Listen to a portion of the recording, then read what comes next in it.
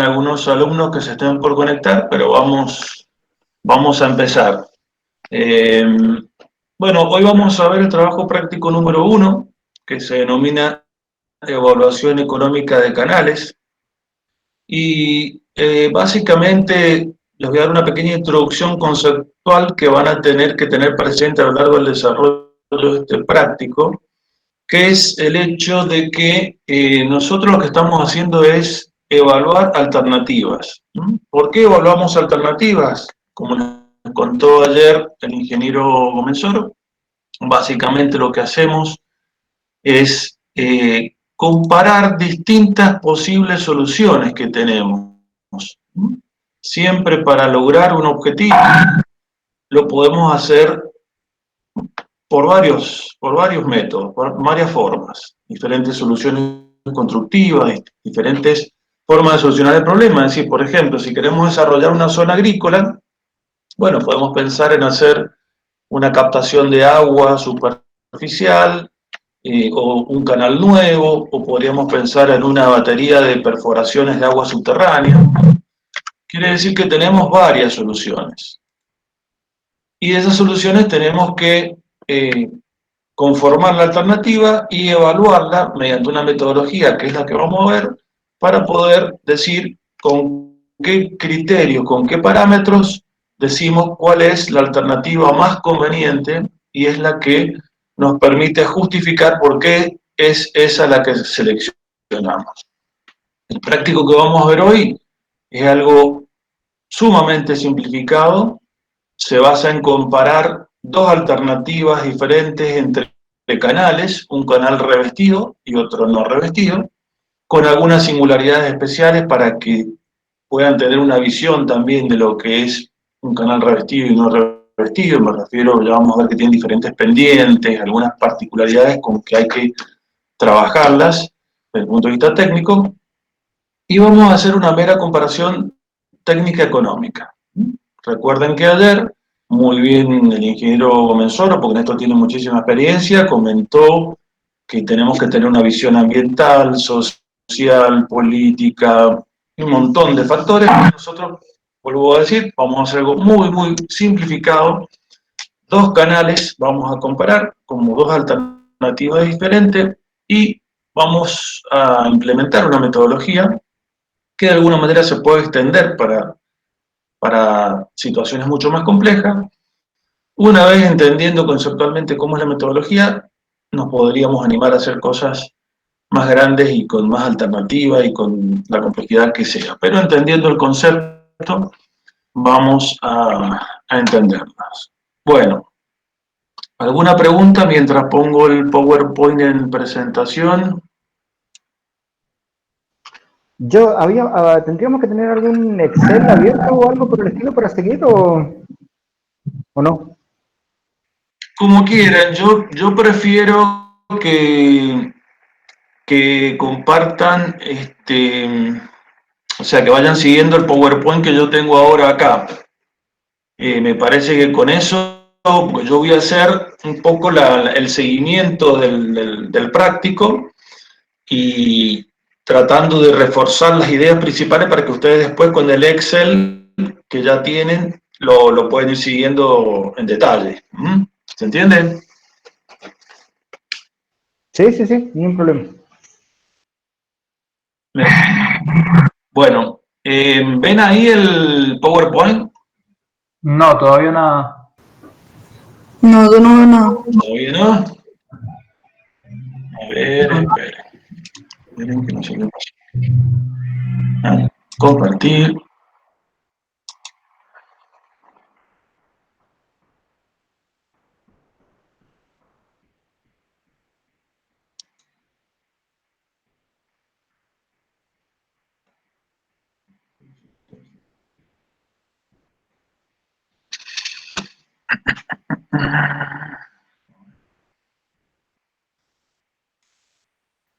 Ahí que están viendo ahí están viendo la pantalla de esto, ¿no es cierto? Claro. Ahora. Sí. Claro. A ver.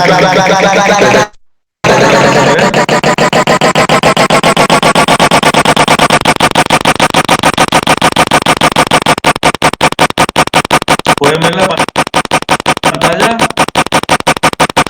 Sí, pero hay un sonido que se está escuchando en la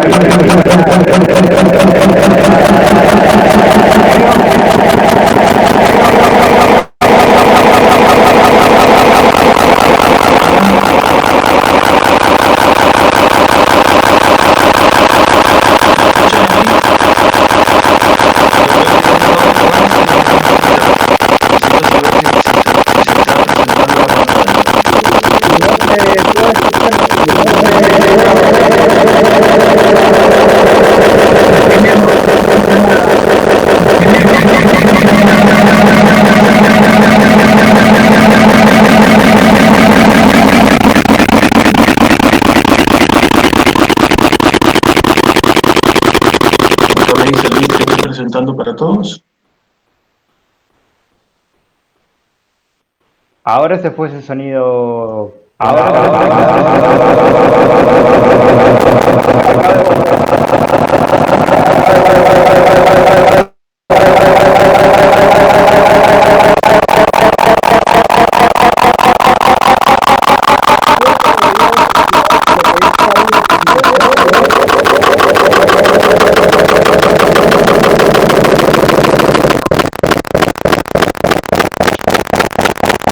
No los escucho. ¿Me pueden hacer aunque sea una seña?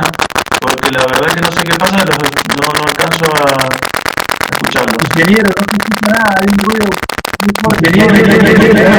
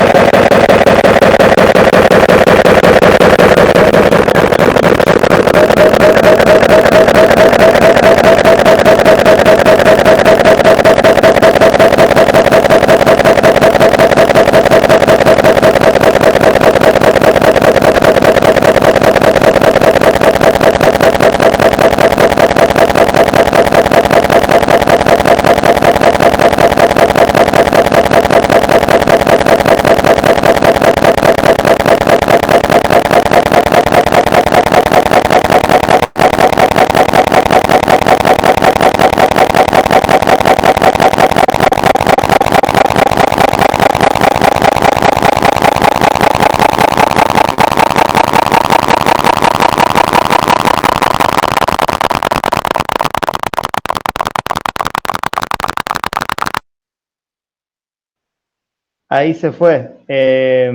Me parece que podría probar desactivando lo que dice audio presentación, porque tal vez se está acoplando entre dos micrófonos diferentes en su misma computadora.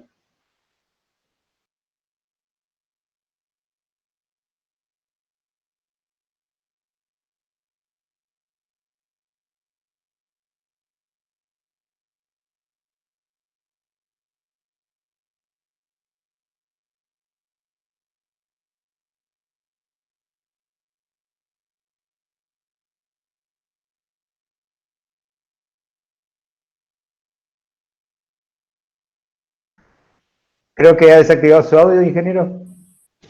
Ingeniero, ahí lo vemos bien, pero no lo escuchamos.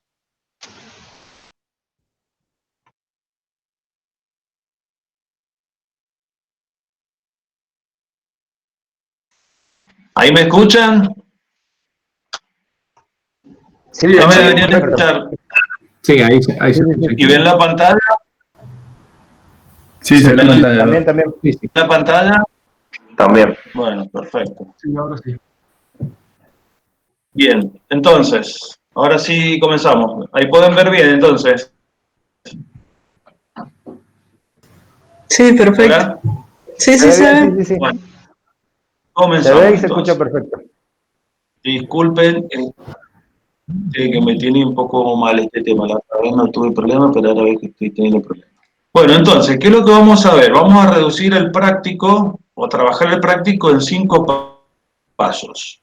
Primero vamos a tener todos los datos de información necesaria. Vamos a ver cuáles son los datos que necesitamos para hacer una evaluación económica comparando dos canales. Vamos a tener que hacer un dimensionamiento hidráulico de las dos alternativas, un dimensionamiento hidráulico que es preliminar, o sea, no está pensado para que el canal funcione como tal, sino que va a tener las geometrías y las condiciones necesarias como para que nosotros poder hacer la evaluación.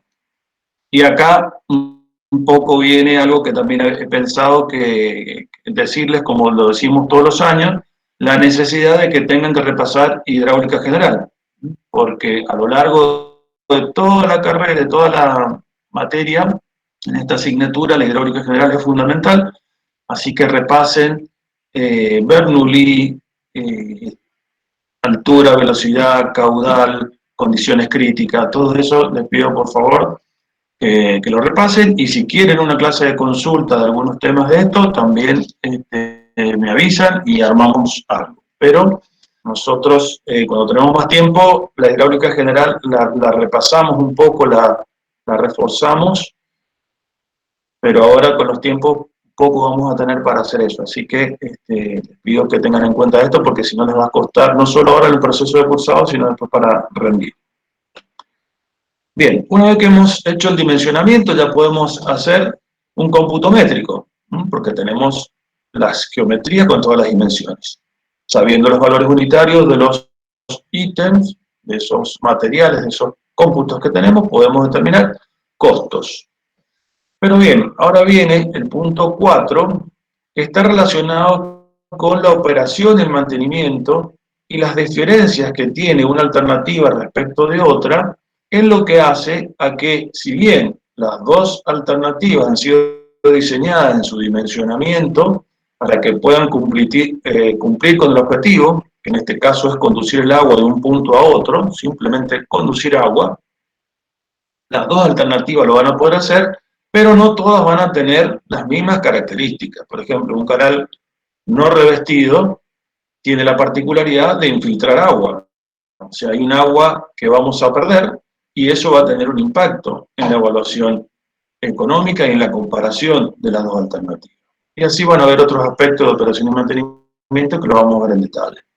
Luego viene, cuando ya tenemos todo ese conjunto de información ya armada, podemos hacer la comparación a través de criterios con parámetros específicos, técnicos y económicos, que nos permiten saber cuál es la alternativa más conveniente. Bueno, ¿qué datos tenemos? Vamos a suponer que tenemos un canal, simplemente conducir agua, no vamos a tener obra de distribución desde el punto inicial al punto final, y este canal intencionalmente lo hemos propuesto con dos tramos, uno de alta pendiente, que arranca en la cota 600, progresiva 0, a los 5.472 metros tiene una cota de 630, es decir, una pendiente muy fuerte, y después el segundo tramo es más largo y tiene una pendiente sustancialmente menor. Entonces tenemos un tramo recto del canal, son dos tramos, el primero de alta pendiente y el segundo de baja pendiente. No es más que eso. Fíjense que tenemos una pendiente de 1,28% para el tramo 1 y 0,09% para el tramo 2. Lo que tenemos acá abajo es la lista de precios de los ítems. Fíjense que tenemos algún dato, por ejemplo, hormigón para revestimiento. Un precio de $200 por metro cúbico. Después vamos a tener lo que vale el hormigón para saltos, 250. Las obras singulares son un poquito más caras que las obras lineares. Suelo mejorado, ya lo vamos a ver, tiene también otro precio, el valor de la excavación. Y tenemos algunos otros datos relacionados con el valor de la expropiación, porque se trata de un canal nuevo que vamos a tener que atravesar fincas o propiedades que van a tener un valor y que vamos a tener que expropiarlas, o va a tener un valor de la tierra, que también lo vamos a considerar. También el mantenimiento del canal. No es lo mismo mantener un canal de tierra que mantener un canal de hormigón. El canal de hormigón es más simple para mantener. Entonces, esas ventajas tenemos que tenerlas en cuenta para que en la evaluación se puedan comparar la mayor cantidad de cosas relevantes entre una alternativa y otra. Bien, otro de los aspectos relacionados con los datos es el tema de qué parámetros disponemos. Decimos, bueno, por ejemplo, vamos a trabajar con un canal de tipo trapecial, donde Z es la relación de los taludes, 1,5 en horizontal, 1 en vertical, o sea, la pendiente del talud, un espesor de recubrimiento de 2 centímetros, un coeficiente de Marin de 0,015. Entonces, bueno, estos son parámetros que nosotros decimos ya los tenemos o sabemos que son valores que se usan y la experiencia nos dice que son buenos para esta zona. Si no, tendríamos que hacer alternativas para distintos tipos de espesor, para distintos tipos de talud. Entonces, como les digo, vamos a ir simplificando el tema porque si no entramos en un mundo donde se nos ramifica de tal manera que tenemos que ir acotando el tema para poder llegar a comparar dos alternativas. Bien, el otro aspecto es el dimensionamiento de un canal sin revestir, que no sé si ustedes recuerdan algo de esto, de lo que estamos hablando, cómo se diseña un canal revestido y un canal sin revestir. ¿Se acuerdan algo o hacemos un poquito más de repaso? ¿Qué les parece? Yo la verdad que no me acuerdo de mucho, yo no sé el resto. Bueno, vamos a Sí, suponer a que son medida que lo representantes vayan, de... a medida, Bien, a medida que lo ha ido Para mí que explicando, bien. como que han ido reflotando Bueno, el los conceptos. del así canal que- sin revestir... Bien, bien. Vamos a tratar por lo menos someramente de dar algunos conceptos. Bueno, un canal sin revestir tiene las siguientes características. En el dibujito que ven acá abajo, la longitud L representa un tramo de agua que tiene una masa apoyado en el fondo del canal que tiene un plano inclinado. Entonces esta masa que tiene una longitud L, por su sección correspondiente, tiene un peso y ese peso va a tener en la componente del plano inclinado una fuerza de gravedad que va a ser justamente la fuerza gravitatoria que va a movilizar esa masa de agua y es la causa por la cual el agua puede circular a gravedad. Una cosa muy básica, pero bueno, es lindo tenerlo bien, bien claro. Luego tenemos, como el peso de esa masa es vertical, hay una reacción sobre la superficie del terreno, del apoyo, que es donde está, donde se va a ejercer una tensión tangencial en todo ese perímetro de apoyo de esta masa de agua, y entonces esta fuerza de gravedad que impulsa al agua va a encontrar la resistencia entre el agua y el suelo, y se ejerce una tensión tangencial. Esta tensión tangencial ejercida por el agua tiene que estar en equilibrio con la tensión tangencial que es capaz de resistir el suelo. Por eso decimos que tau S es la resistencia de aporte del suelo. Ya vamos a ver cómo calculamos la tensión tangencial que ejerce el agua. Y tiene que haber un equilibrio para que no se genere erosión y el canal, la geometría del canal, no se desarme. Acá vamos a tener un Z, una inclinación del talud un poquito más tendido, más suave. Antes teníamos 1,5, ahora tenemos 2. Vamos a ver qué son estos coeficientes de talud. El coeficiente de Marin, fíjense que es mayor. Lógicamente, una de las particularidades del revestimiento es que tiene un coeficiente de rugosidad más bajo frente a la Tierra, entonces tenemos la posibilidad de tener una sección más económica, más pequeña, porque el agua circula con más facilidad. El DC es el diámetro de la partícula que constituye el suelo, en este caso estamos suponiendo 3 milímetros, que es un espesor una granulometría bastante importante, porque en la medida que tengamos mayor granulometría, mayor va a ser la capacidad que va a tener el suelo en resistir esa fuerza tangencial del agua. Bien, los 2 kilogramos por metro cuadrado de tau S es una medida que sale de libros, ya lo vamos a ver. Bueno, ahora ya teniendo esos parámetros de diseño como información, como datos de ingreso, vamos a entrar a la hidráulica simple de un canal a gravedad en movimiento permanente uniforme. partiendo de la ecuación de continuidad del agua. El caudal es velocidad por sección. La velocidad depende del coeficiente de Secchi, el radio hidráulico y la pendiente. Recuerden que el radio hidráulico es la relación entre el área y el perímetro mojado. Si ven esta sección de abajo, el área es la que estaría comprendida de la línea azul, que estaría marcando el nivel máximo de agua, que está respecto al coronamiento una revancha R, tiene una altura H de agua, y toda esta sección, no sé si alcanzan a ver el mouse ahí, ¿lo ven? Sí, ¿Se ve el mouse? Sí, sí. Sí. Sí, se ve, ¿no? Bueno, gracias. Entonces tenemos el perímetro mojado, que sería todo el contorno que está en contacto con el agua, divide en el área dividido el perímetro mojado, tenemos el radio hidráulico. Y con estas ecuaciones van a ver que B, bueno, B es el ancho, vamos a tener un ancho B inferior en la base del canal, B superior en la altura del agua y un B total arriba. Bueno, son ecuaciones geométricas que no tienen mucho sentido que lo veamos, simplemente recordar el concepto de radio hidráulico, el concepto de Chessy, el número de Manning, que tiene que ver con la rugosidad, y otro concepto que es el valor de Froude. El valor de Froude que relaciona las fuerzas inerciales sobre las gravitacionales. Y que cuando es mayor que 1, estamos en régimen supercrítico, y un régimen menor que 1, tenemos régimen de Río.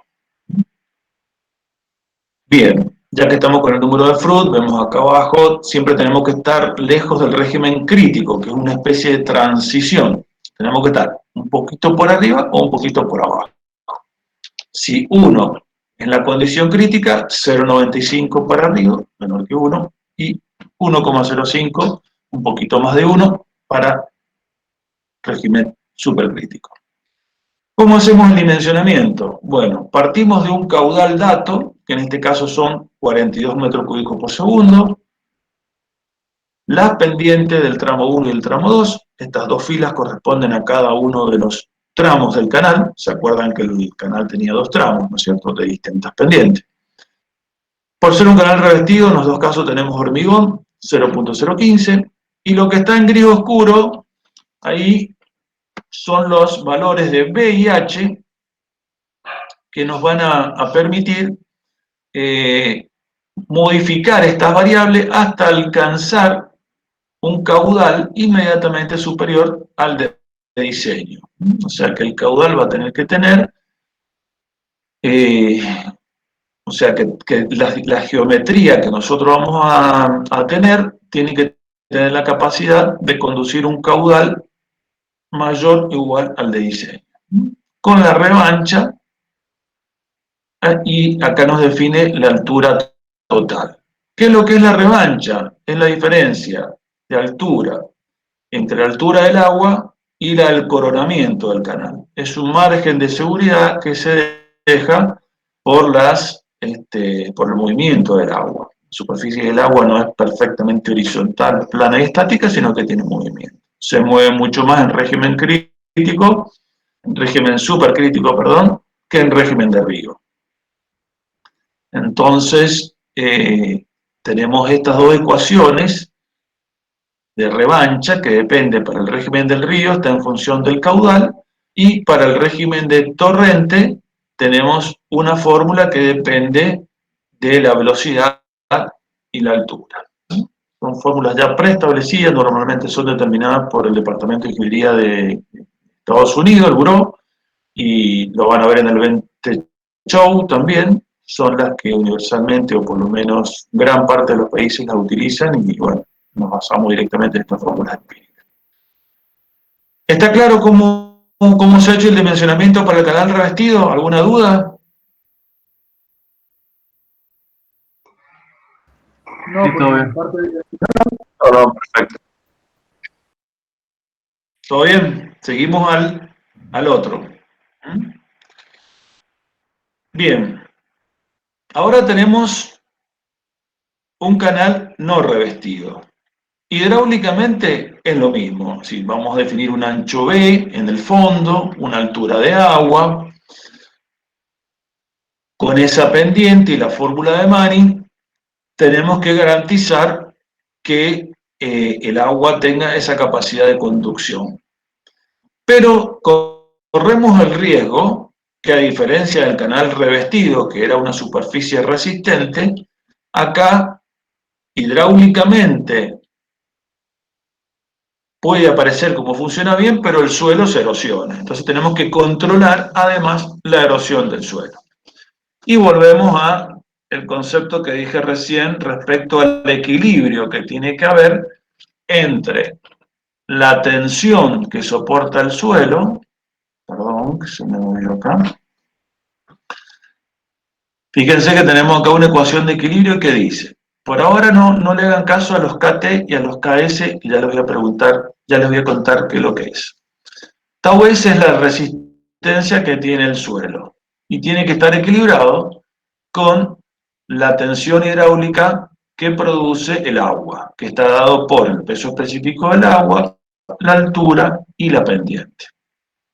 KT y KS ya lo vamos a ver en hidráulica fluvial, pero son unos coeficientes que tienen que ver con la distribución de tensiones en los taludes y también el hecho de que el agua, al circular en forma de meandros o no perfectamente recta, genera una pérdida de carga. Entonces toda esta energía hidráulica que está dada por la altura del agua y la pendiente se ve como disminuida porque hay parte de la energía que se gasta en doblar y, digamos, seguir la geometría del meandro.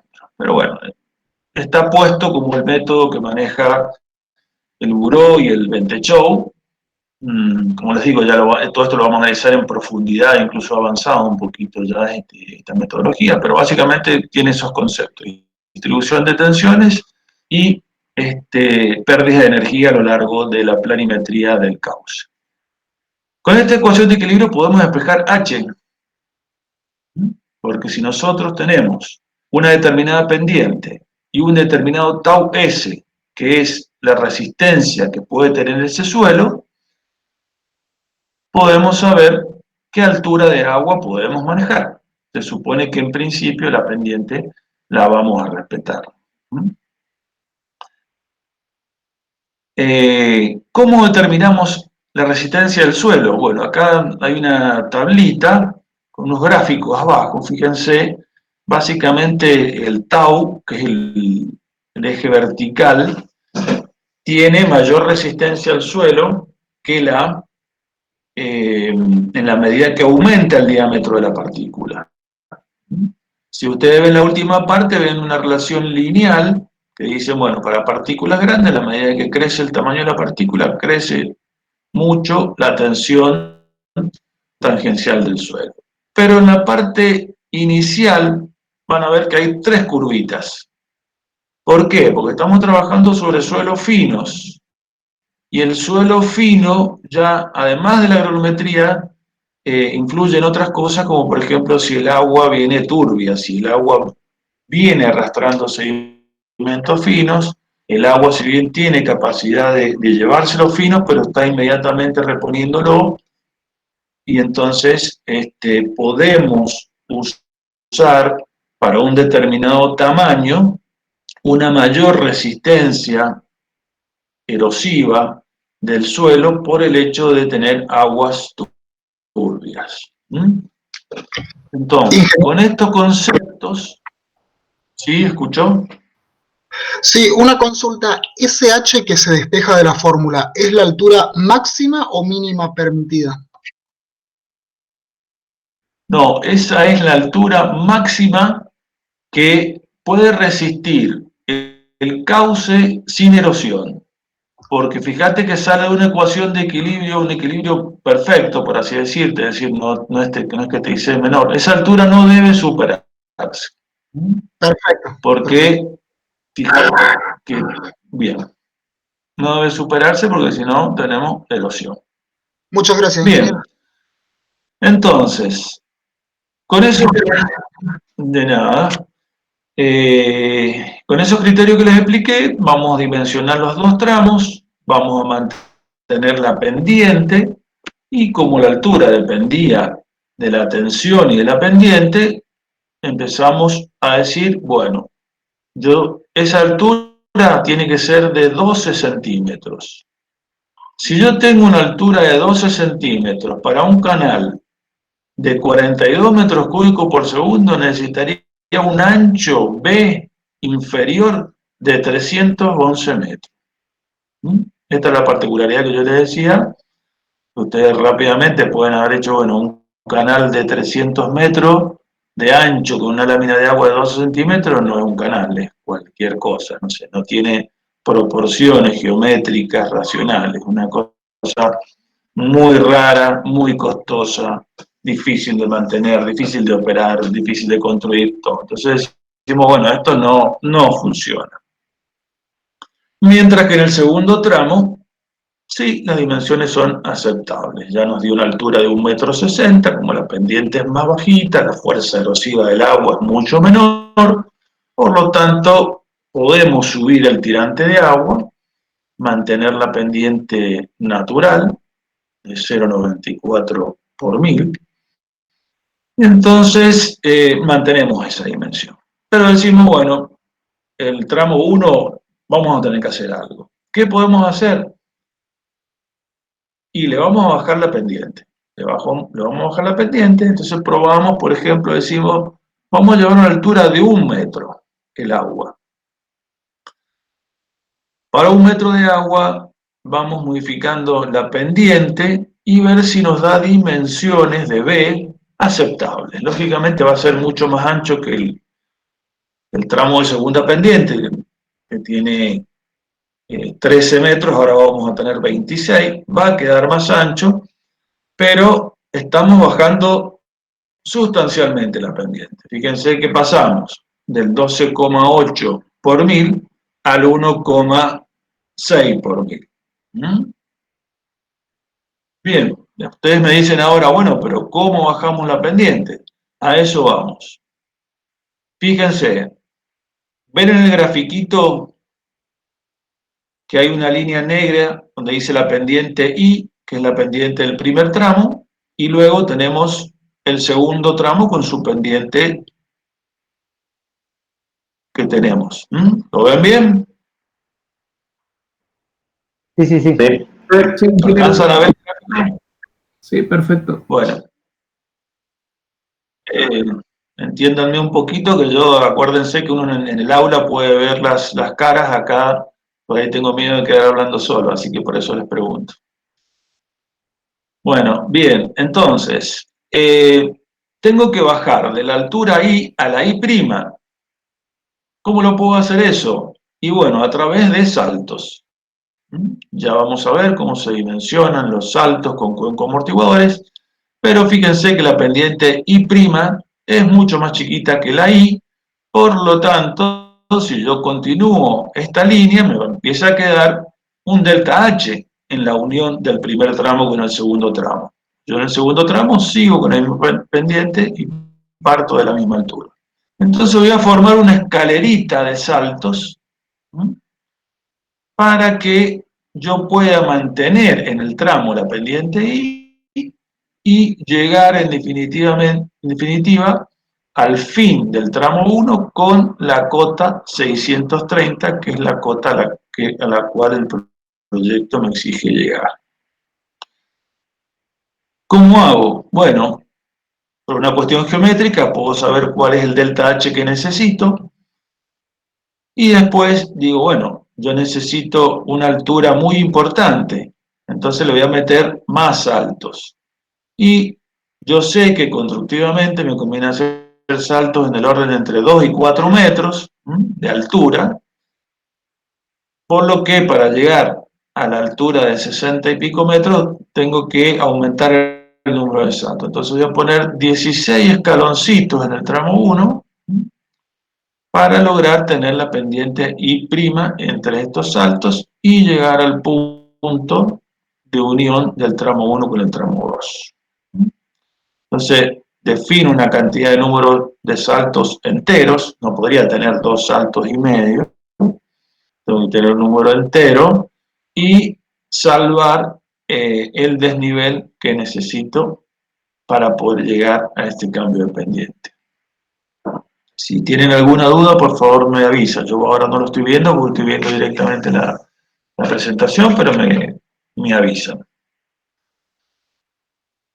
Bien, entonces lo que vamos a hacer ahora, es decir, yo ya tengo modificadas las pendientes, nuestro canal es de tierra y muchas veces los canales de tierra se hacen en suelo natural, o sea, se hace la excavación, luego se perfila con la geometría que haga falta para tener los parámetros hidráulicos necesarios, es decir, el ancho B, la altura H, que ya los tenemos dimensionados. O sea, nosotros hemos dimensionado una geometría del canal y además esa geometría la hemos adaptado para que la altura del agua y la pendiente sea tal que el canal tenga resistencia a la erosión del agua.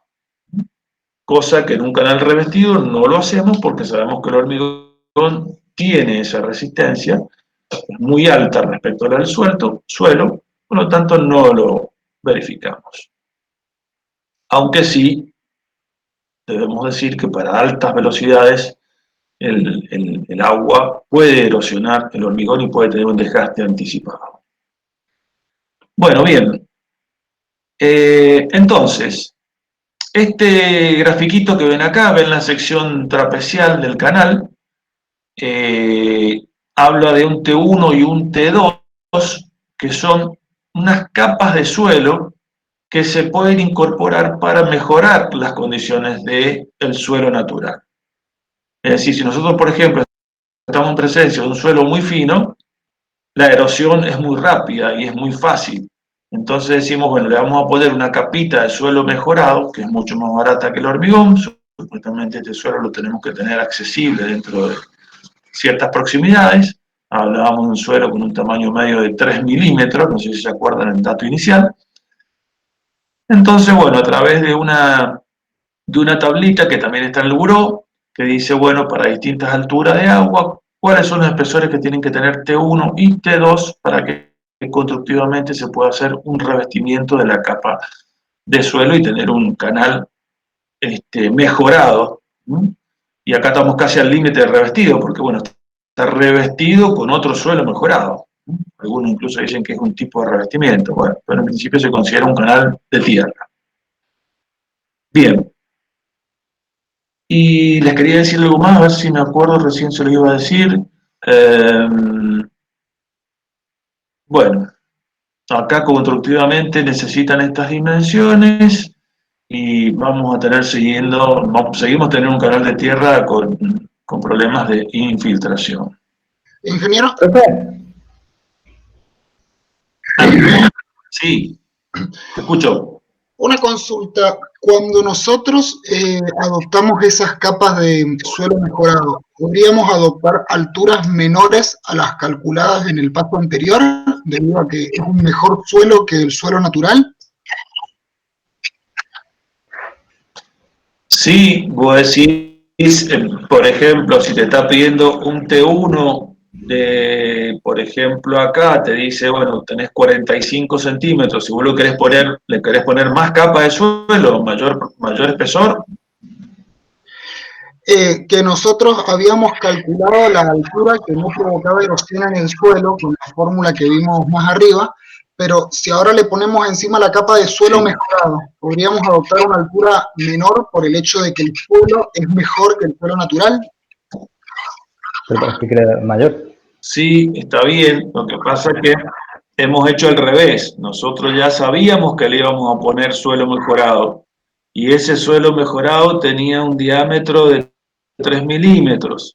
Y en función de eso calculamos el tau de suelo que era capaz de resistir y nuestro dimensionamiento quedó sujeto a que le íbamos a poner la capa de suelo mejorado. ¿Se entiende? Ah, claro, sí. Yo tengo otra Pero consulta. si no hubiese sido así, sí, Ah, no, perdón, hay un delay, no, parece. le comentaba, sí, que tenemos el delay que nos desfasamos, ¿no? Le comentaba a él que lo que planteó recién estaba bien, en la medida que hubieran dicho, bueno, vamos a ver si el suelo natural resiste, y nos queda un determinado dimensionamiento. Y después decimos, bueno, pero nos ha quedado muy ancha la sección, vamos a ver si le ponemos suelo mejorado y nos va a quedar con mayor altura, por lo tanto un menor ancho y una sección más racional. Y ahí también habría como una subalternativa dentro de este proceso de alternativas, ¿no? Son análisis que se van haciendo dentro del proceso de diseño. Yo tenía una consulta con respecto a costos. Bien, te Mencionó escucho. sí, mencionó que el suelo mejorado era más económico que el hormigón, pero mi consulta era a costo final, ya contando la colocación final con mano de obra, transporte, todo lo que sea. ¿Sigue siendo más barato el suelo colocado al hormigón? ¿El suelo mejorado? A ver, ustedes saben que el suelo es un material muy especial en el sentido de que depende a dónde lo encuentran, qué tipo de suelo, cómo lo pueden compactar. O sea, hay una serie de variables, igual que en presas ya lo van a ver, que uno dice, bueno, para presas de materiales sueltos, y cada presa tiene distintos materiales sueltos, distintas arcillas, distintos espaldones. Entonces, todo depende del suelo que tengas para mejorar, todo depende de la cantidad de equipos que vaya a tener la empresa, depende de la magnitud de la obra, depende de a qué distancia esté. O sea, hay que analizar los factores, no es una cuestión pero sí, en muchos países, no tanto en Mendoza, porque tenemos la suerte de tener granulometrías importantes, ¿no? Tenemos mucho ripio, pero hay lugares de conseguir una piedrita cuesta un montón, entonces el hormigón es algo muy caro y tienen muchos suelos que con una arena gruesa y algo de arcilla pueden lograr impermeabilizaciones o controles erosivos importantes. Entonces depende del lugar que estén, depende de todos esos factores. Pero me gustó la pregunta porque eso es lo que permite empezar a jugar a ser un poquito ingenieros. Sí, justamente, porque pensaba yo el Bueno, tema del hormigón es, uno se preocupa, o sea, tenés el hormigón, poner la estructura, encofrás y chavo, en cambio siempre el tema del suelo hay que, es un sí, tratamiento especial, compactarlo, prepararlo, es como más delicado. sí, tal cual. Y habría que ver los costos. No.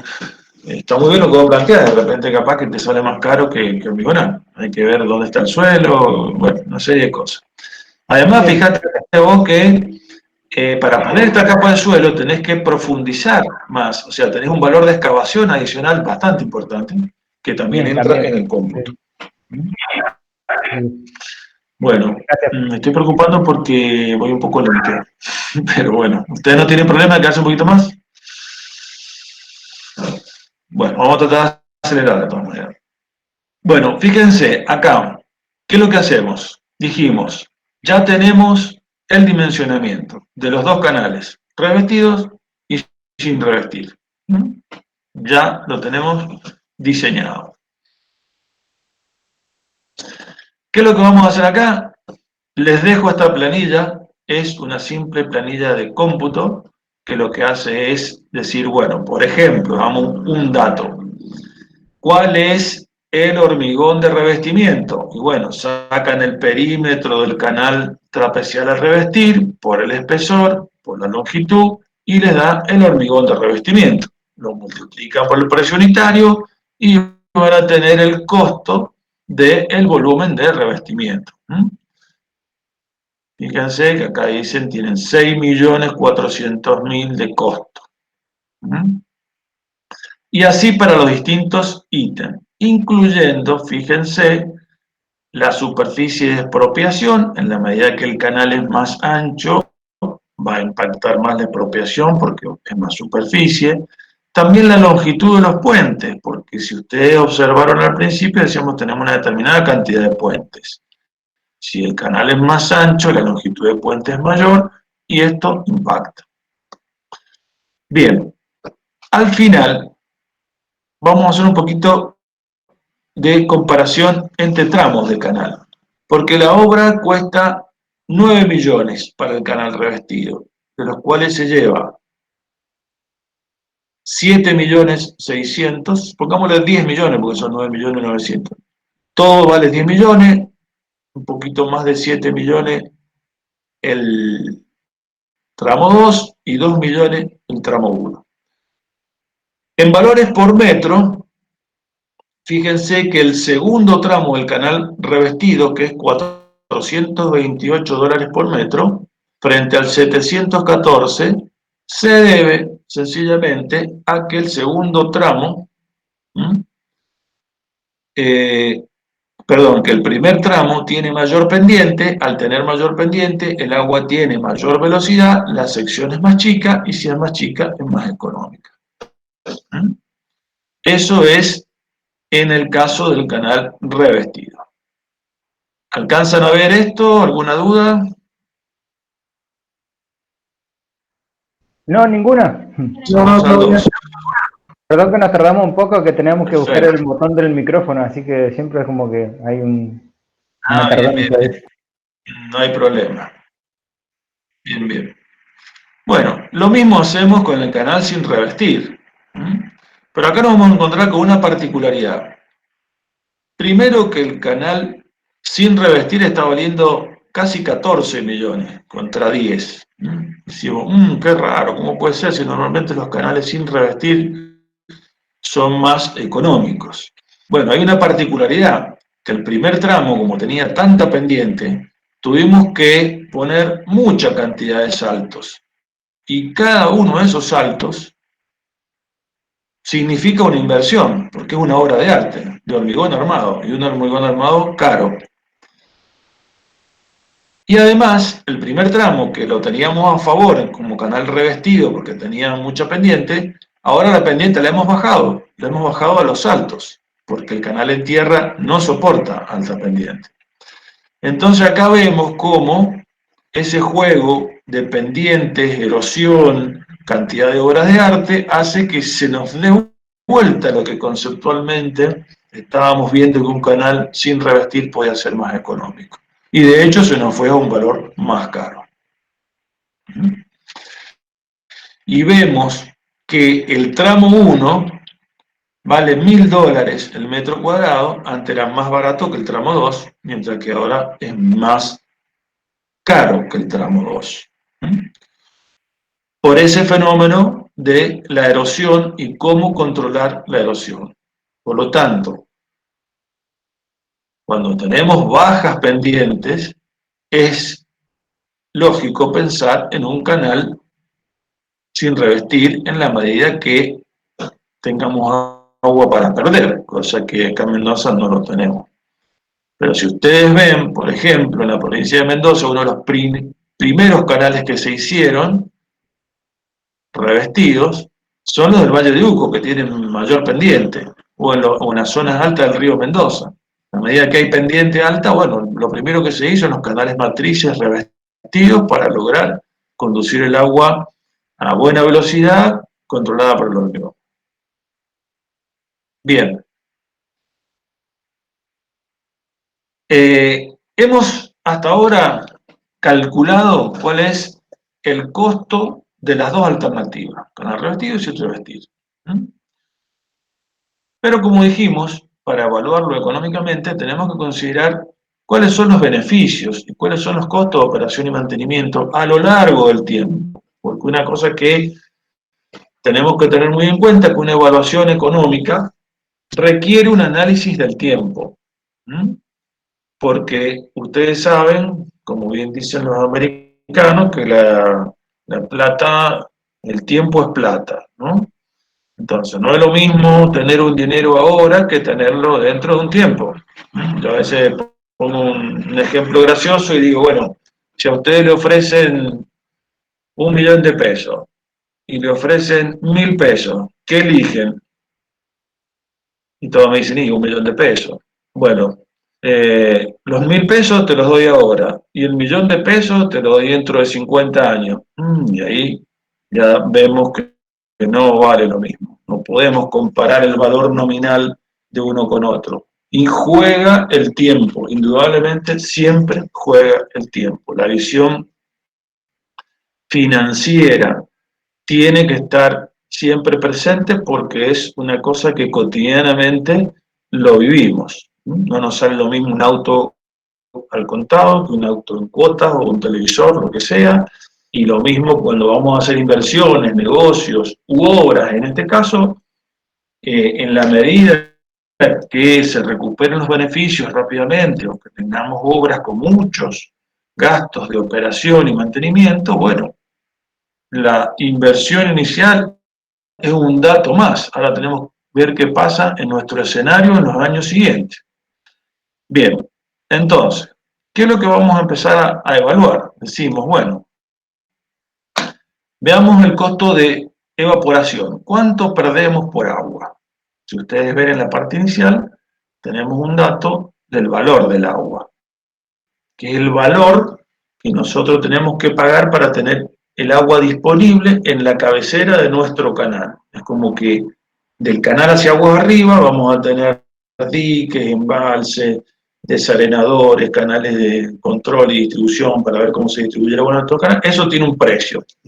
Entonces el agua va a tener un precio. Si la perdemos, es una pérdida que tenemos que tener en cuenta.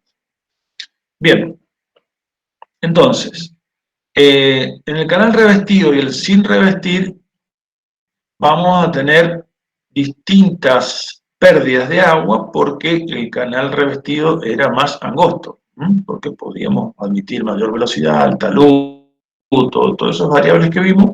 Entonces tenemos menor pérdida. Porque acá, imagínense que para calcular la pérdida tiene que considerar la superficie del agua del canal revestido en lo largo de todo el canal.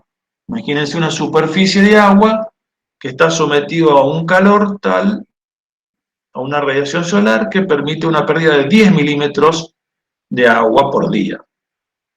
Por esa superficie le va a dar un volumen. Y lo hacemos por día. ¿Por qué? Porque el agua en el canal no está quieta, sino que se está moviendo.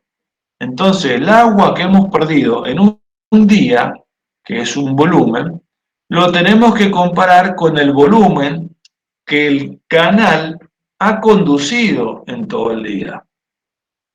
Que es un volumen muy grande.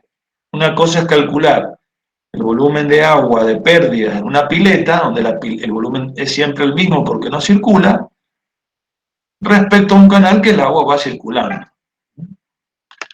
Por eso tenemos como conclusión, que la pérdida es del 0,06% para el canal revestido y un poquitito más para el canal sin revestir. Y son valores muy bajos, son valores de porcentaje que si lo llevamos a dinero es menor que el orden de apreciación en las estimaciones cuantitativas y numéricas y económicas que estamos haciendo. Así que consideramos que es una situación despreciable la pérdida de agua por evaporación. No la tenemos en cuenta. Ustedes van a escuchar que siempre este tema sale como discusión, pero la verdad que el agua por evaporación en un canal no es incluyente. ¿Qué otra cosa vamos a tener en cuenta? La pérdida por infiltración en el canal sin revestir.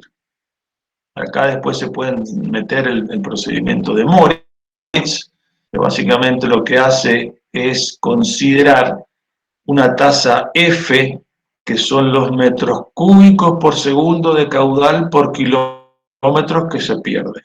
¿En función de qué? Del tipo de suelo, a través de un coeficiente C, de la altura de agua, de la sección.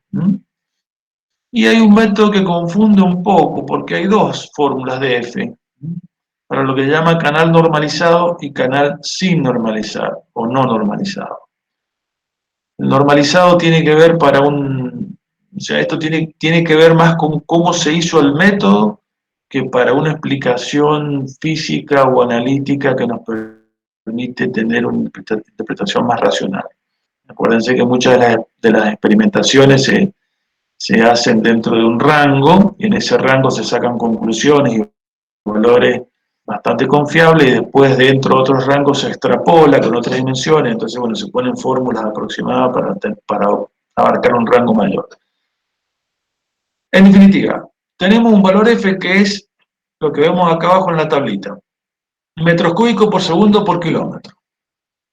Sabemos los kilómetros que tiene el canal de tierra, y nos va a dar los metros por segundo total, que en porcentaje de pérdida representa 1,24 por el tramo 1 y 2,09 por el tramo 2. Si vamos a tener una determinada cantidad de agua que, por ser el canal de tierra e infiltrarse en toda la superficie del perímetro mojado, la perdemos.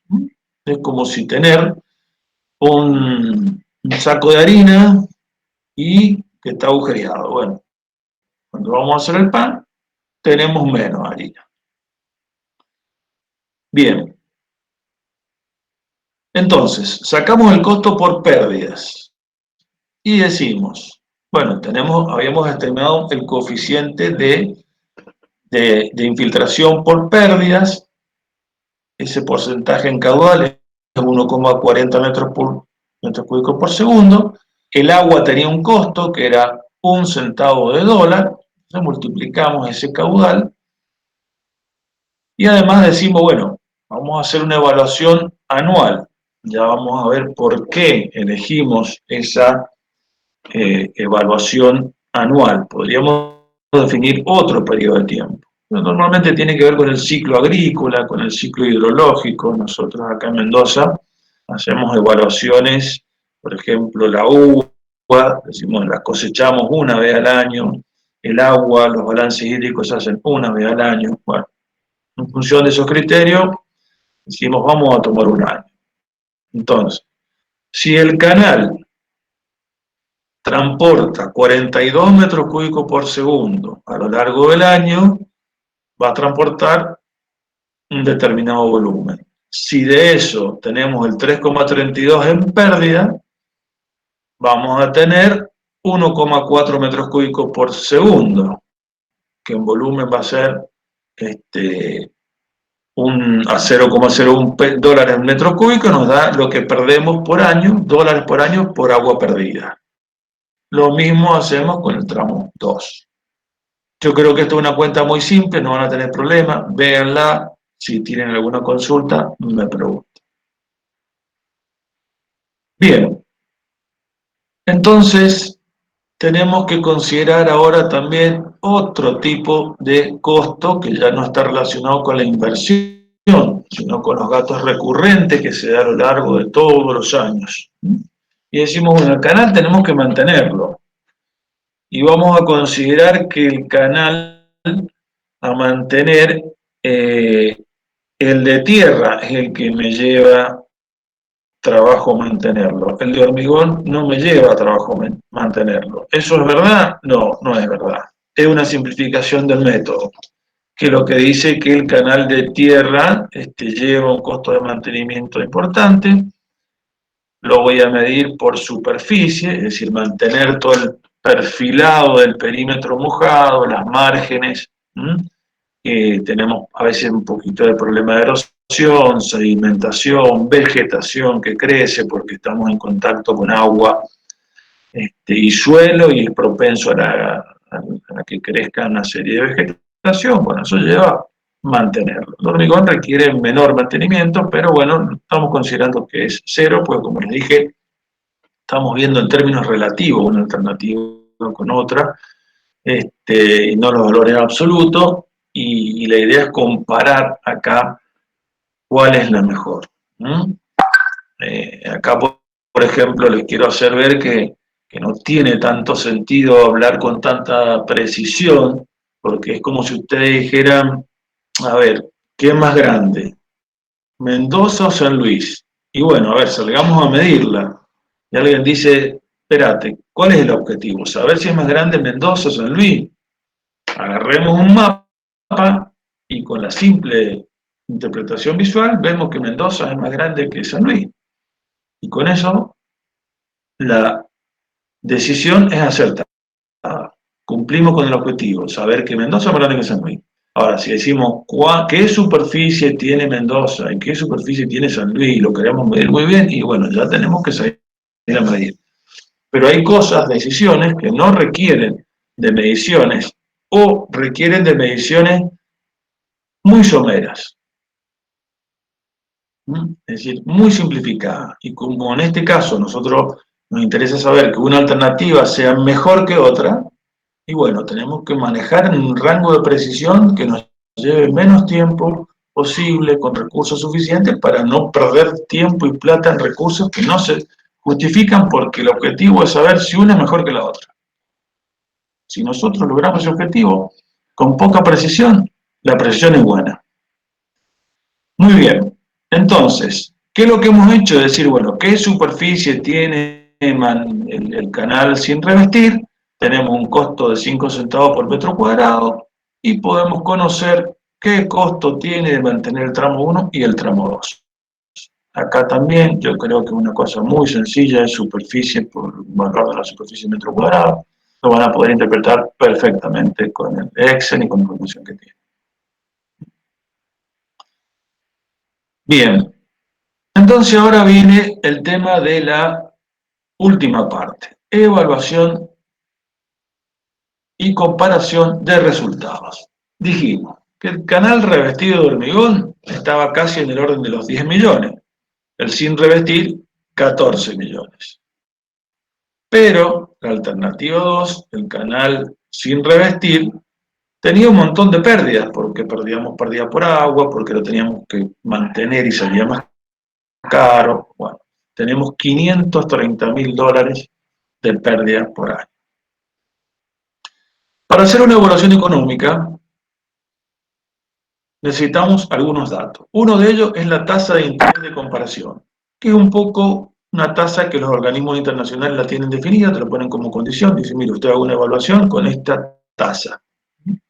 Y tiene que ver un poco con que el banco podría tener esa inversión y manejarlos en mercados financieros o una estratégica de bajo riesgo, o con un riesgo determinado a asumir, que dicen, yo por lo menos asegúrenme que esto va a tener una rentabilidad del 12%. Tengo que superar eso.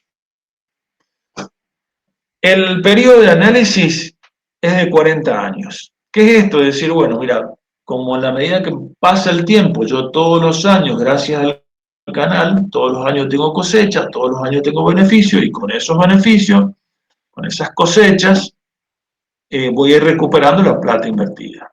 Entonces, voy a ver el año 1, año 2, año 3, así hasta 40 años. Ya vamos a ver por qué son 40 años. Esto no tiene que ver con la vida útil del proyecto, pero sí tiene que ver con que el periodo de análisis tiene que ser menor al de la vida útil. Porque si nosotros hacemos una obra de vida útil de 5 años,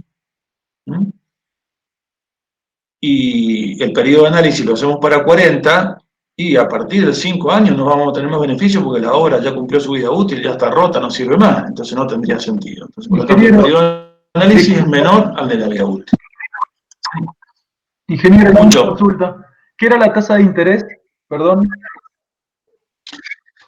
La tasa de interés es la tasa con la que los organismos financieros ponen como condición a cumplir que el proyecto tenga una tasa interna de retorno superior a esta.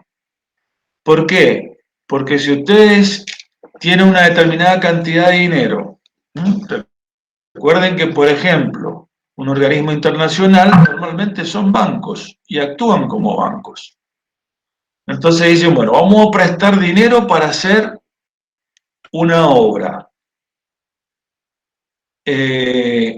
Esa obra va a tener un determinado retorno, con una determinada tasa de interés de retorno. Si yo en otro lado consigo el 12% de una manera más tranquila, menos arriesgada y demás, digo, asegúrenme que van a superar el 12%. ¿Mm? Es como cualquier inversión, siempre ustedes ponen una tasa de referencia como decir, no, yo si voy a apostar a este proyecto voy a tener que apostar a un proyecto que me dé más que tener la plata con menos tasa pero más segura. ¿Mm? ¿Se entiende? Sí, sí, perfecto. Gracias. Bueno, muy bien. Entonces, luego teníamos, bueno, acá tenemos unas relaciones de costos y demás que no tiene demasiado sentido un poco comparar valores porque vamos a ver que la comparación de costos en valores absolutos y nominales en el momento inicial quedan totalmente superados por la evaluación económica financiera que tiene que ver cómo influye esto en el tiempo. Bueno, cualquier cosa me preguntan de esto, después si no lo entienden, pero creo que lo van a entender.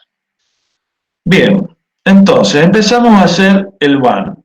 En Excel van a encontrar la función BAN.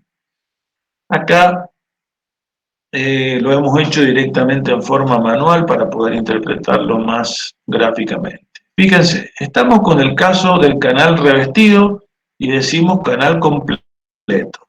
¿Qué significa? Que ponemos los dos tramos del canal. Después vamos a analizar el BAN para cada uno de los tramos. En el año 0 tengo que invertir los casi 10 millones de pesos, de dólares, perdón, no es lo mismo, ¿no? En el año 0 tengo como inversión, que le llamo pagos, 10 millones de dólares. No tengo ninguna entrada porque no tengo ningún beneficio, no pude recuperar nada, por lo tanto tengo como valor neto el mismo valor, negativo porque es inversión. Entonces digo, bueno, en el año 0 no voy a tener ningún impacto del tiempo porque va a ser ese mismo año, entonces tengo menos 10 millones, menos 10 millones, menos 10 millones. Al año siguiente, al año 1, puse en producción el canal y supongo que tuve la suerte de que el primer año la totalidad de hectáreas se ponen en producción. Consideré que tenía 42 metros cúbicos por segundo del caudal. Asumo que puedo distribuir el agua a razón de 1 litro por segundo por hectárea. Por lo tanto, si tengo 42 metros cúbicos, voy a tener 42.000 litros. Por lo tanto, voy a tener 42.000 hectáreas. Más adelante, nosotros pusimos que en concepto de recuperación de la inversión, cada hectárea producida nos iba a ofrecer, nos podía dar $50 por hectárea. Entonces, si multiplicamos esos $50 por hectárea por las 42.000 hectáreas, nos da $2.100.000 que todos los años, en concepto de beneficio por cosecha, por producción, por impuestos, hay que ver. Acá nosotros decimos, bueno, una entrada de dinero que representa son $2.100.000 que recuperamos, que empezamos a recuperar todos los años. ¿Entienden hasta ahí? Porque si no, a partir de ahora, si no han entendido eso, se les va a complicar. Sí. ¿Pudieron entender? Bien, vamos a suponer que sí. Cualquier cosa me preguntan. Perfecto.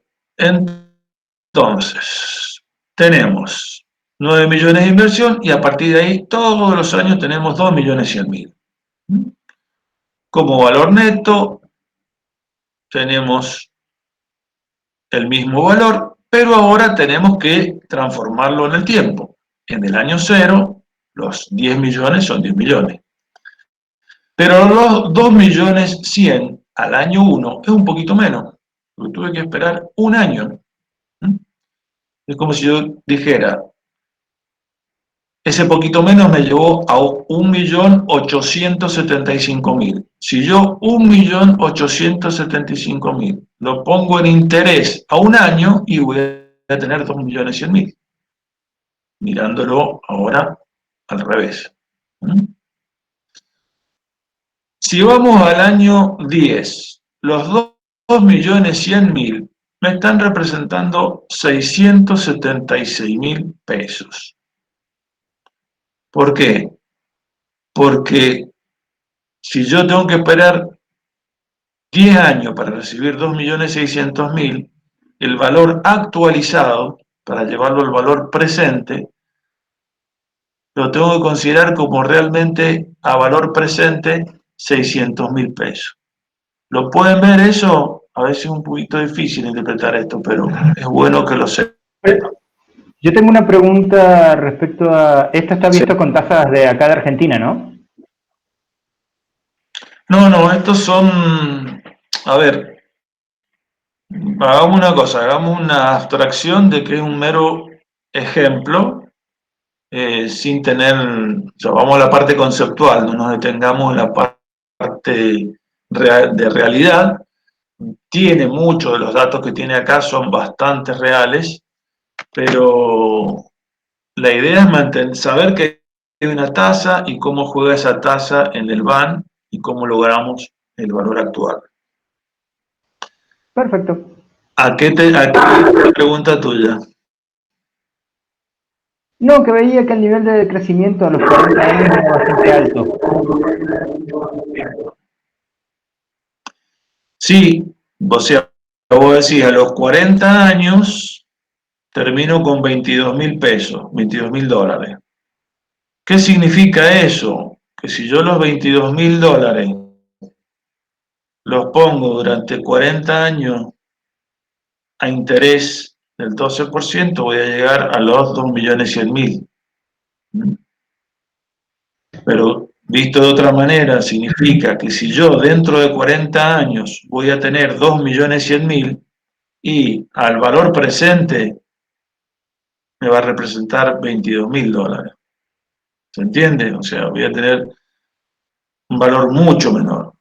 Por lo que le decía yo, si usted fue $1 millón dentro de 40 años, me decía, no, mira, en vez de $1 millón, dame mucho menos, porque se desprecia, porque ya se considera menor el valor porque se lleva valor presente y la tasa te lo hace decaer.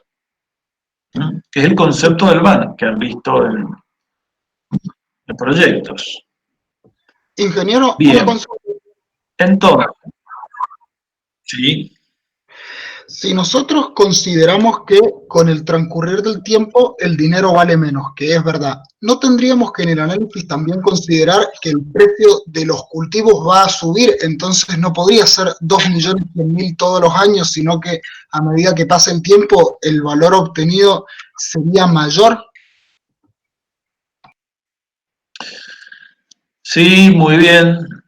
Se nota que sos argentino y que la inflación la tenés en cuenta. Tal vez omití de decir que el valor de la inflación no lo tenemos en cuenta. Estamos poniendo inflación cero. Y esto tiene que ver con lo que dijimos al principio. Vamos a hacer una cantidad de simplificaciones muy grandes y casi irreales por algún aspecto, porque si no, le metemos tantas variables que no alcanzamos a ver lo esencial del problema. Después, si ustedes quieren tener el efecto de la inflación, bueno, hay que analizar un esquema de inflaciones, ¿no? Fíjense que acá por lo menos hemos tenido la precaución de ponerlos en dólares, como para decir, bueno, vamos a suponer que el producto a lo largo del tiempo en dólares se mantiene. ¿Va a ser así? ¿No va a ser así? Bueno, hay un montón de variables en la economía. Pero sin inflación es una forma simplificada de evaluarlo. ¿Está bien? Sí, sí. Bueno, entonces, en definitiva, nosotros podemos ver acá, en la última fila, cuál es el valor actual acumulado. Lo que nos dicen, fíjese, al principio negativo, significa que al principio perdemos plata, pero ya a partir del año el año 8 ya empezamos a ganar un poquito. Empezamos a ganar un poquito y a lo largo de 40 años es lo que ganamos. Fíjense que el canal revestido tiene un valor de recuperación, o sea, el valor actual debe considerarse como lo que realmente ustedes han ganado. No solo que han recuperado los 14 millones de pesos, sino que además que han ganado 7 millones de pesos. Entonces, realmente ustedes ganaron 7 millones de pesos por hacer el canal revestido. Mientras que el canal sin revestir, que lo vamos a ver enseguida, tiene una pérdida de un millón. Acá en el canal sin revestir nos salía casi 14 millones de dólares y todos los años teníamos que poner 530.000 pesos en concepto de pagar el agua, que tuvimos que pagar el agua, pero después no la usamos, y no solo no la usamos, sino que no pudimos producir. Pero consideramos que tenemos 2.100.000 también de ingresos por los beneficios de tener en producción esa superficie. Entonces, el neto siempre es la diferencia, en este caso 2.100.000 menos 531 es 1.568.000, pero a lo largo de un año ese 1.568.000 que yo gané al año 1 en realidad me representa 1.400.000 y en el año 22 ese 1.500.000 me representa 129.000, cada vez menos. Y fíjense cómo me da todo negativo, negativo, negativo. ¿Qué significa que me dé todo negativo? Y significa lo que vemos acá en esta gráfica. ¿Qué es lo que me dice esta gráfica? La línea azul es el canal revestido. Entonces, los primeros años, yo no tengo recuperación del dinero. ¿Se acuerdan que me salía algo de 10 millones de dólares? Recién en el año 7, más o menos, es como que recupero la plata, pero no he ganado nada. Y ahí empiezo a recuperar dinero, y más o menos a los 20, a los 25 años, si voy por la horizontal, llego y recupero unos 7 millones. Y de los 25 a los 40, casi no recupero nada. Fíjense que ganar plata, o sea, hacer un proyecto para ganar plata para dentro de 40 años, y es poco atractivo, y me está diciendo, mirá, no me interesa. Más que los inversores por ahí son viejos, entonces dicen, no me interesa. Bueno, ¿y el rojo qué me está diciendo? El rojo me está diciendo, mirá, no hagas este proyecto, porque no vas a recuperar nunca la plata. A los 40 años todavía vas a estar, todavía no llegás a recuperar la plata que pusiste al principio, y vas a seguir esperando, y como la curva ya se hace asintótica, no vas a recuperar la plata. O sea que la decisión acá no es decir que la alternativa de canal revestido es más conveniente que la alternativa roja, canal sin revestir. Directamente decimos la alternativa de canal revestido es conveniente, da un pan importante, y la sin revestir ni la hagamos. Dejemos el proyecto de lado porque eso no es alternativa, es una alternativa desechable. Acá abajito le he puesto la conclusión respecto a esto para que después la lean un poquito mejor. Si pasamos a valores de tramos, y bueno, vamos a ver que en el canal revestido nosotros tenemos 7 millones del tramo 2, y en el canal sin revestir el tramo 2, 8 millones. ¿Por qué? Porque el tramo 2, como no le hicimos saltos, y era una sección económica, si evaluamos nada más que el tramo 2, la conclusión hubiese sido distinta. La conclusión hubiese sido, mira, podemos no revestir porque estamos casi ganando lo mismo que sin revestir. Ganamos casi lo mismo, un poquito más el sin revestir. ¿Se entiende?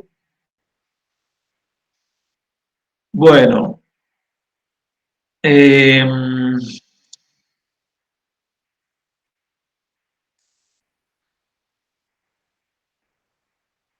A los indicadores de mérito, acá tenemos un poco lo que decía, acá vamos a analizarlo un poco por tramo.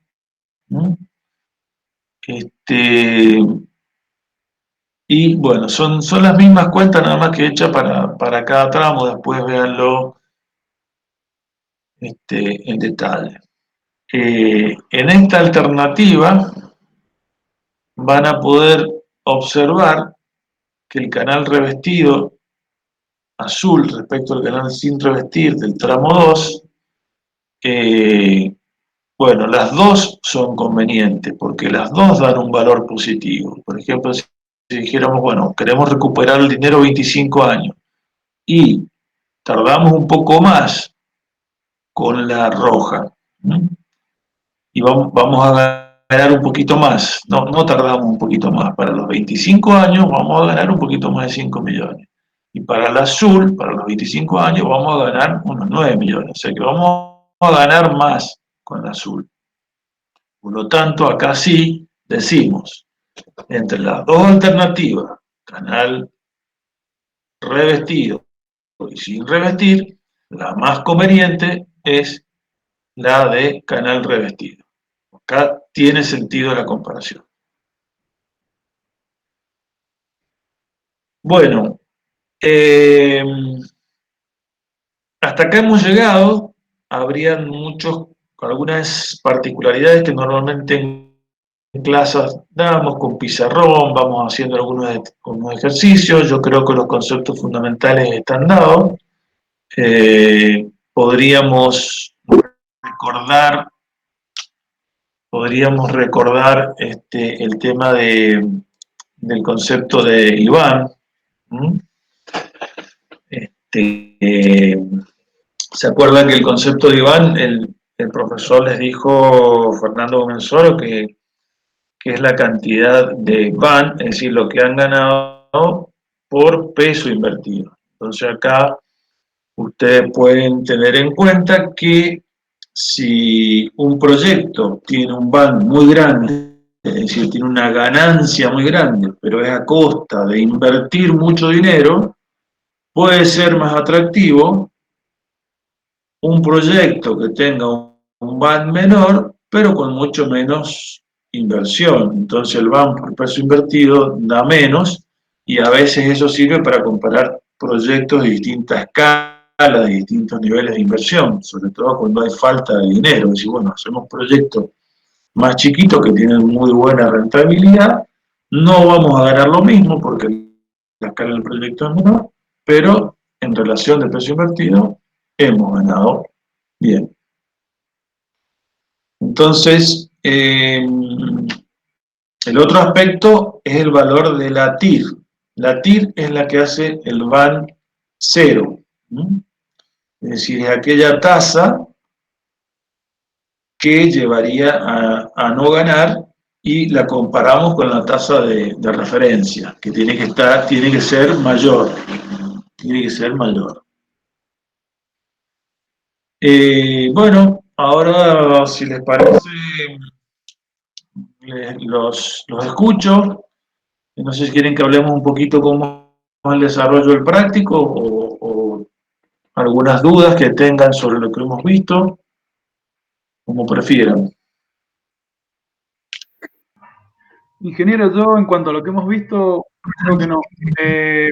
Sí, por ahí la metodología. Nosotros, bueno, dijeron que íbamos a trabajar en grupo. No sé cuándo se tendría que entregar el práctico, Sí. se rinde y esos temas por ahí. Bueno, a ver, si quieren que hablemos del práctico, la idea es que armen grupos entre 4 a 5 alumnos. Ya pueden poner las cámaras si quieren.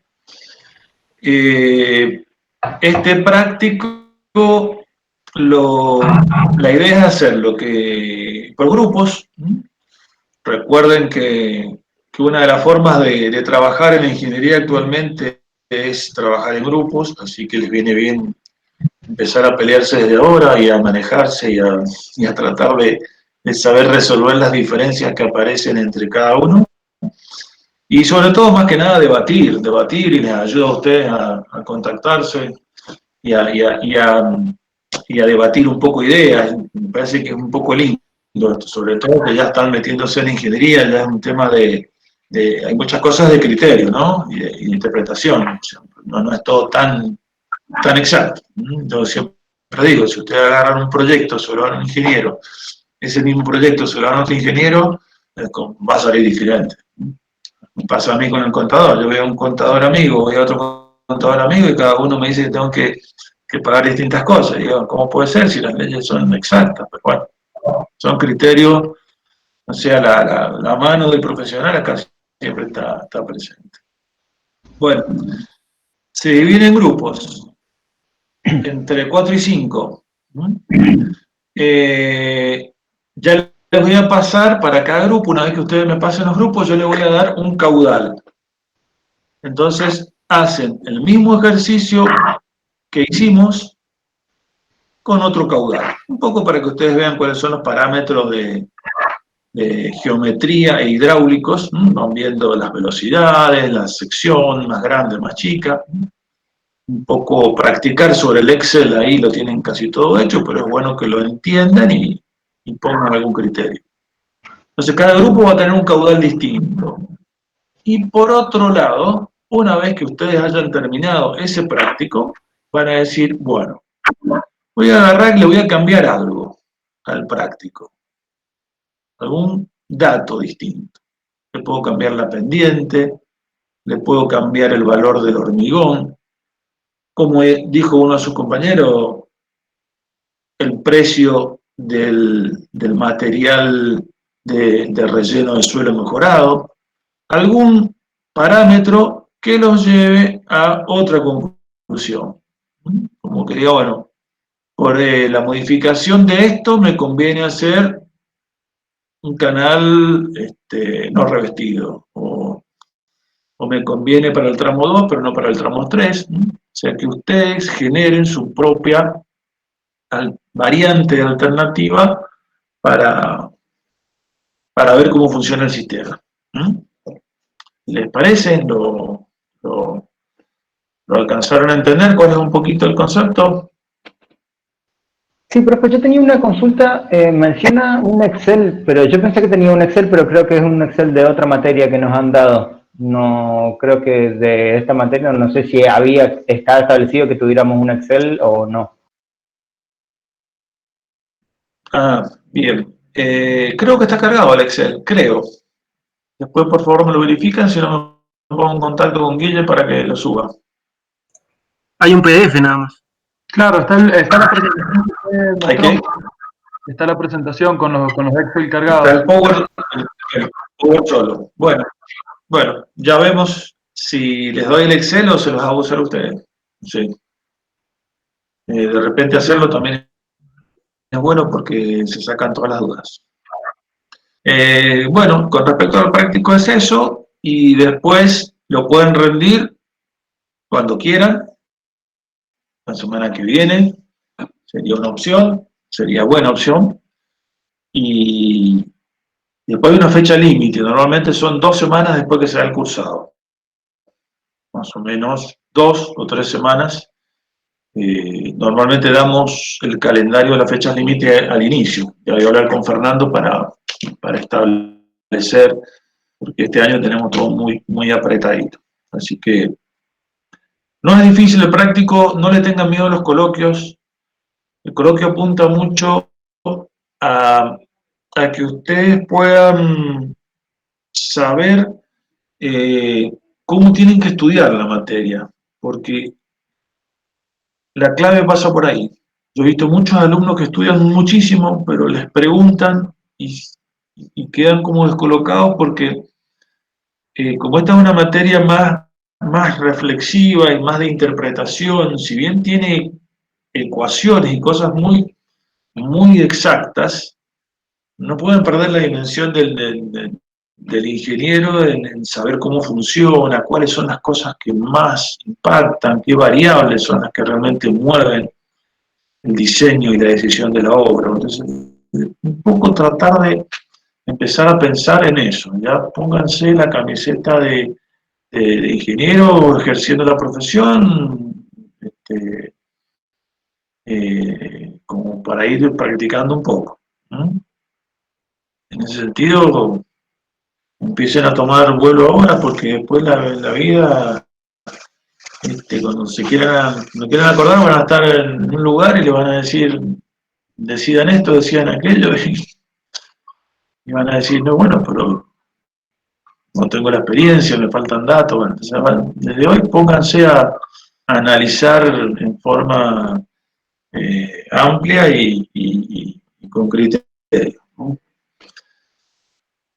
Así que bueno, hasta acá yo creo que estamos, quedo a disposición si tienen más dudas del práctico, de los conceptos, y si quieren contactarnos nos avisan, ahora por Zoom se puede hacer perfectamente, así que quedo a disposición. Ingeniero, disculpe, una pregunta con respecto a los grupos. ¿De cuántos alumnos, más o menos? O, Alumnos en total son 25, ¿cuántos son? No, pero faltan, creo que somos como 20.